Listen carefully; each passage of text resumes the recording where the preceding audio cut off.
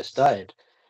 Hello, everybody. Welcome to RDA Coaches Corner. Today we have Selena Cruz, who is a certified nutritionist and fitness coach, all the way from Seattle in America, which is great. It's our second guest, our second international guest ever. So this is brilliant.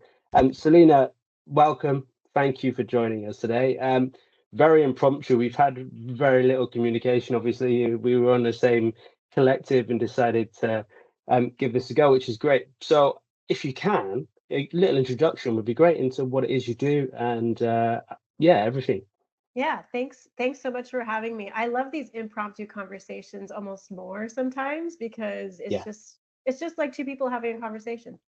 yeah. So yeah, just a little bit about me. I am a certified nutritionist and trainer with a specialty in weight loss resistance. Um, excuse me. I actually did not grow up being into fitness for most of my life, and I kind of stumbled upon it when I was, excuse me, sorry, going through my own weight loss journey. Historically, I am someone who was always really, really thin growing up. And when I Mm, hit about 30, everything changed. So, not knowing anything about fitness, going into my own journey, I had tried every single thing, mostly very unhealthy things, a lot of rapid weight loss stuff, a lot of overly intense workouts, cutting carbs, keto, like you name it, I've done it. yeah, yeah, yeah. And came into just kind of an obsession with like, why aren't these things working for me? Is it my age? Is it my hormones? Is it all these things? Eventually, I ended up hiring my own coach, and it was like a game changer in my life. Tried a bunch of things that I was really scared of doing that I never ever thought I would do, but the difference that it made in my physique goals and actually like finally losing weight again after going through a couple of years like not going anywhere. Mm, It was I want to say it was overnight. It wasn't, but it was within the first month I had made more progress than I had in a year and a half. It was insane. wow. And I learned that there's a reason for that. And without going too much into detail just in this intro, that's kind of what brought me here. I learned those reasons. I went back to school, became certified myself, and now I help men and women, but my niche is really helping women who are doing all the things and not getting results. I mean, tell me about it. I've trained so many women over the years who have literally tried all of these crazy different things that they think is the best way to, when actually it can be a lot simpler than that if you have the right coach involved. I was kind of like you in a sense. I was like you, but the opposite, where I was quite a large kid, and I've always been very thick, shall we say, and I mean, I'm only 5'8", but the heaviest I got was well, for me is 107 kilos. So I don't know what that is in pounds, but that's like way over 225 Yep. pounds. So yeah, and I did the same. Followed all of those different. I tried keto, tried fasting, tried all of these things. And it can get a bit crazy. But I think a subject that we want to talk about here today, which I think is a subject is really important, and a lot of especially the general public, just have no understanding of. And it sounds very sciencey and complicated. And that's the subject of metabolic adaptation. So if you can, if imagine you're talking to, this is going to go out to all our potential clients and to the general Right. public, try and explain what is this weird, what is metabolic adaptation is, what even is that? It just sounds weird. What is it? Yeah, that's a good question. And it's a fitness nerd kind of term. So I'll try to Yeah. dumb it down if I can.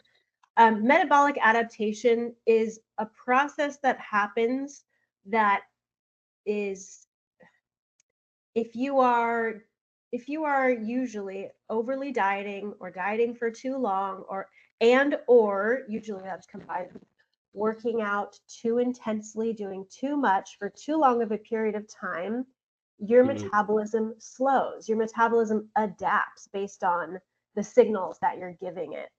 And it doesn't necessarily like happen just because you're working out or just because you're eating, low in calories for a season. Our bodies can handle short spurts of, kind of doing a lot and maybe eating a little or eating in a deficit of some sort. Hopefully it's never too crazy low.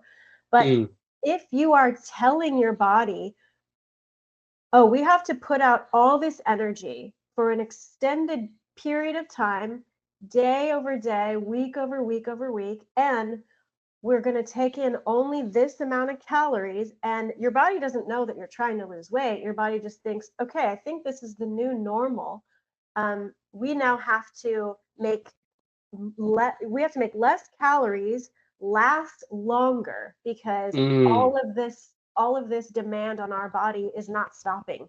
So instead of continuing to tap into your fat reserves and lose fat and lose fat and lose fat, which is your body's sort of insurance policy to stay alive, your body will say, okay, I guess what we have to do to adapt is make those calories last as long as possible and slow our metabolism down.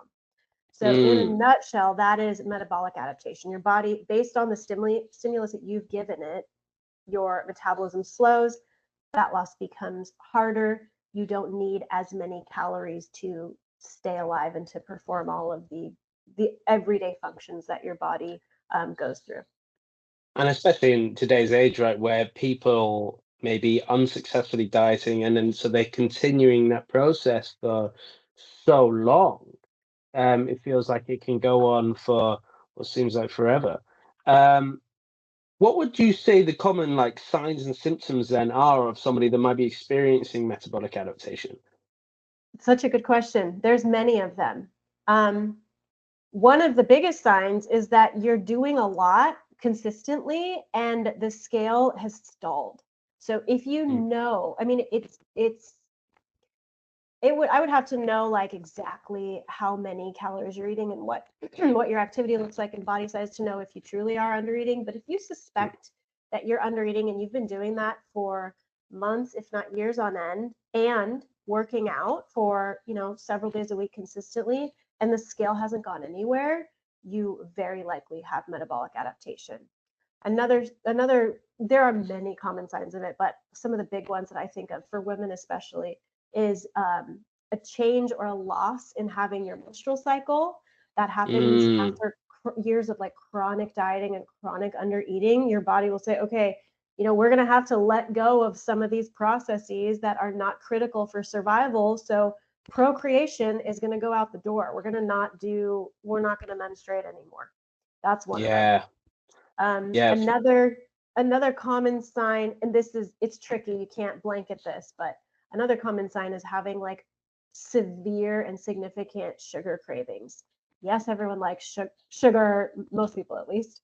I do. Most people I know do. Oh, yeah. So just because you crave it doesn't mean that you've got metabolic adaptation. But if you are, especially if you are avoiding carbs and you've been avoiding carbs for a long time and you have crazy cravings and obsessions with it and or like dreaming about food, that's probably a sign you're metabolically adapted.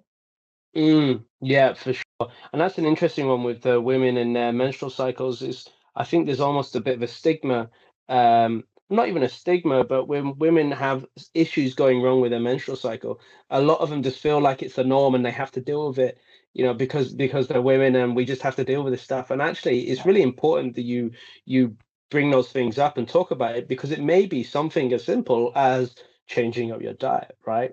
Absolutely. That communication is really important.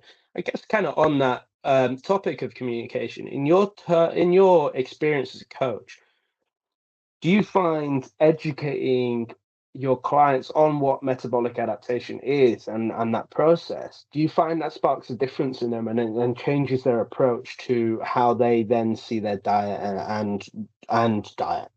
Yes. So educating them and explaining that it's an ongoing process when I'm coaching people, especially who come into me dealing with metabolic adaptation. Showing them and teaching them what it is, both just by me telling them and then me showing them, look, see how your body is responding. Yes, I do teach them that it is an ongoing process and it does help to make that, although it's not like a switch that just turns off, which is why coaching is so important. It's not like, oh, now I learned this, now I'm going to do everything different.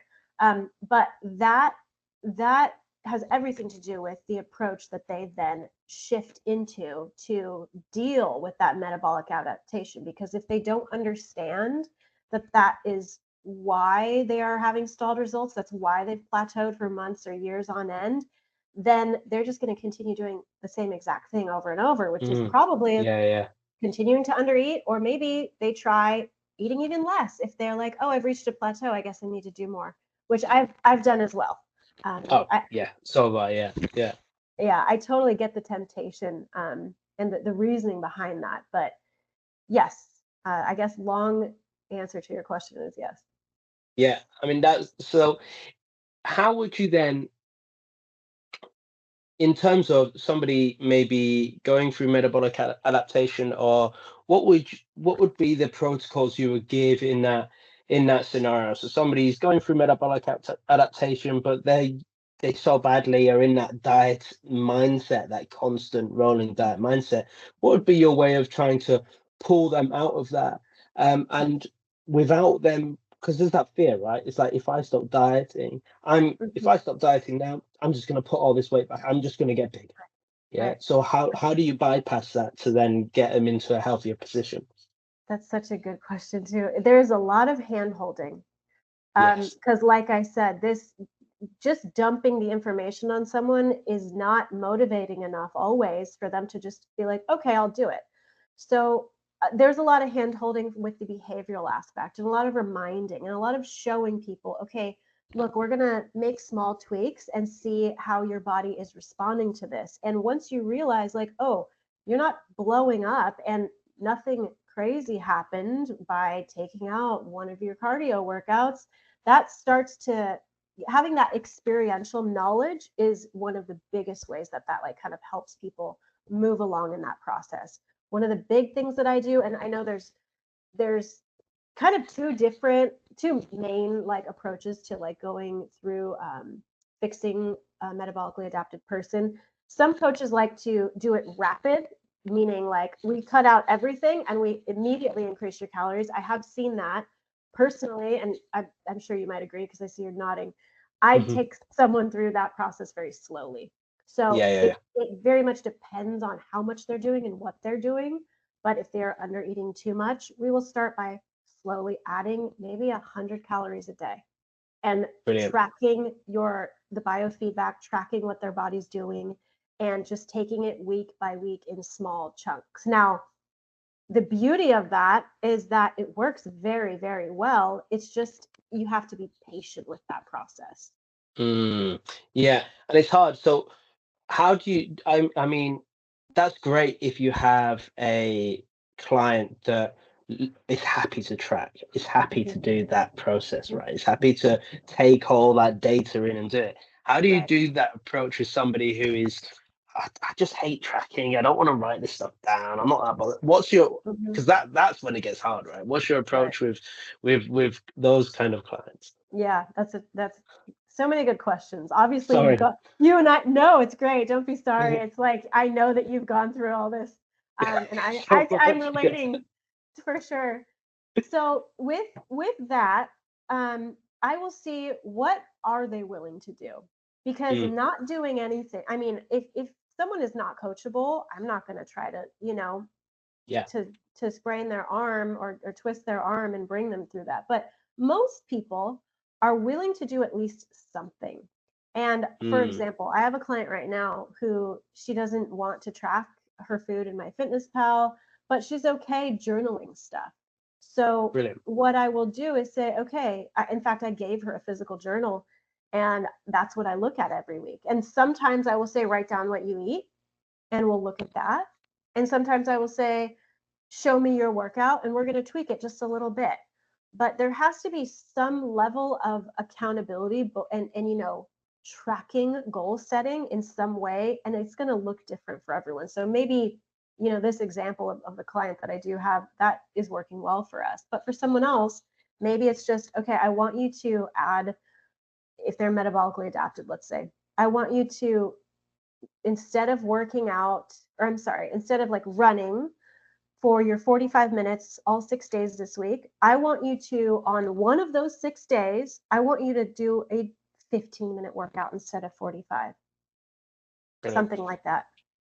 Something of course, very like, small, very yeah, really easy to implement. Yeah, I like easy it. to implement, and also some form of like writing it down and tracking it, because Mm. most people's memories, mine included, our memories will fail us if we're like, oh yeah, I think I worked out like 20 minutes, or I think I slept 8 hours like ish, or I think I ate a pretty healthy or that much food. There's the way that fixing the metabolic adaptation issue works is when we can measure it, and you can't measure it Mm. if you're not willing to do any kind of parameters around tracking in some form. Yeah, there's got to be that responsibility. Yeah, there's got to be that, if you want to change something, you have to do something. So Right. yeah. Now I know we haven't got a ton of time, so just got two little questions I want to ask you Sure. before we close off. Um, One is, if somebody's starting off on their fitness and nutrition journey, what advice would you give them to avoid metabolic adaptation? How would you get them to stop that from happening? Yeah. Yeah. I would get them to avoid eating any lower than they need to be eating. In fact, I would recommend that if someone is just starting into their fitness journey, they should find out what their maintenance calories are and Mm. stay there for a season. This is what I do in like the first phase of my one-on-one coaching with everyone, no matter like, where you're coming from. That Brilliant. length of time is different for everyone, but I would recommend eat at maintenance calories and work on optimizing your protein, even if it's just a little bit, and Mm. focus on getting stronger. I would not recommend saying to yourself, okay, I'm going to now eat perfect every day and I'm going to go to the gym like 5 days a week right out the gate. Go to the gym once a week, maybe twice a Brilliant. week. Start walking. You don't have to start walking 10,000 steps a day, but take Mm. small steps in that direction that you can then begin to stack, because in order to get whether you want to build muscle or lose a bunch of fat or probably do both, you don't have to end up working out 5 days a week, 100% clean foods all the time. So start small and see what you can manage with your lifestyle and what is going to work for you in the long term sustainably, and aim for that. Don't aim for the most extreme thing. And so Yeah. that's what I would tell people who are just starting. That I mean, that's absolutely perfect. So many people that just go crazy straight away and try and do everything at once, but those small increases are absolutely brilliant. Um, Off the back of that, what kind of, I like picking people's brains on this. What kind of calorie deficit would you recommend somebody who was going into a cut initially? Okay, I'm going to assume that this person is not already under eating. No, so this is just a baseline standard person. Okay, I would say between 300 to 500 calories Yeah, yeah, less okay. than their maintenance per day. Great. I mean, that's brilliant. That's actually not as conservative as I thought you were going to say. That's great. Yeah, that's brilliant. What Yeah. did you think I was going to say? I don't know. Do you know, I loved it. I thought it was brilliant. I get with a lot of coaches who would go really, really small, and I Mhm. find if you go really, really small, sometimes, um, like 100 calories is basically not much, and then it's too close to the bar. Right. Um, so finally, Yes. before we go, somebody is frustrated with their progress because of metabolic they've listened to this podcast now and heard and have gone, actually, crap, maybe I'm in metabolic Mhm. adaptation. One piece of advice you can give them right now, what we like to do with RDA, is we like to give people some kind of tips, tools that they can use within 24 hours. Mm. So what's a little piece of advice that somebody thinks they're in metabolic adaptation? What's a bit of advice that they could take away now from this, other than everything you've already given, which is amazing? So you mean like within the next 24 hours, what's one thing that they should do? Yeah. Sorry, tough one. It is a tough one. Can I give it a twofer, like either one or the Yeah. other? Yes, of course. Yeah, you give as I many as you like. I would say for one, uh, do some research on finding a coach who is well versed in reverse dieting, because Mm. reverse dieting is the technical term for fixing that we use as fitness and nutrition coaches for fixing someone who has metabolic adaptation. So look at the research there. Maybe even look at some coaches who do that. Look at some research and look at some success stories, because that will probably help you to see the difference. Because you can Google it, like reverse dieting before and after. There are tons of stories out there of people who were, in myself included, eating 1,200 calories a day and like not, their body doesn't look super great, or at least like it's not what they want it to be. And then, eating 2,200 calories a day, and they are so much leaner. And, the differences underneath that, like working out 5 days a week, working out 3 days a week, doing this kind of workout, doing this kind of workout. So look to see that. I'm saying this because this is one of the things that helped me. I was like, wait a second, you can eat more and you can stop doing burpees and you can eat carbs. Yes. I think that would be the one thing, because from there, hopefully that piques enough interest to be like, maybe I need to seek out some help, to have someone, walk me through this. I would not recommend DIYing it, because this is it's a strategic process that you need to go through. It's not just, move less and eat more. Yes, it is those things, but there's so much more nuance to it. So Brilliant. That would be it. Amazing. Well, Selena, I know we didn't have much time today, very That's short okay. period of time, you gave a ton of information there. Yeah. Where can people find you? Where's the best place people can find where you are? Yeah, I'm most active on Instagram. So my Instagram handle is @thesiren, THESIREN. It has nothing to do with my name. It's just my Instagram account that I have had for probably like 15 years, and I love the handle, so I'm keeping it. Yeah, why But not? that's where you find me. Brilliant, perfect. Well, we'll tag you in all of this, and we definitely love to get you on again I'd love to. talk. Yeah, especially if we have more time as well to delve deeper into these topics, because you can tell you know what you're talking about, and you've got loads of information in there. So that was absolutely brilliant. Thank you. Thank you very much, and I hope you have a wonderful day. You too. Thanks, Jack.